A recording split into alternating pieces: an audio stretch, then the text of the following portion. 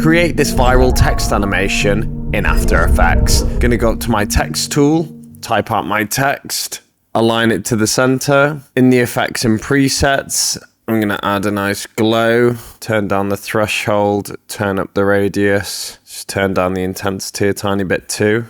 Wonderful. Then on the drop down menu on the text, go to text and then animate, opacity, and position. And then we get this extra menu called range selector 1. And on the position, we're going to go with 0 and then 100 on the second number. And then on the opacity, 0. Then drop down on the range selector 1 and go to advanced and go based on words, shape, ramp up, easy high -50, easy low 100.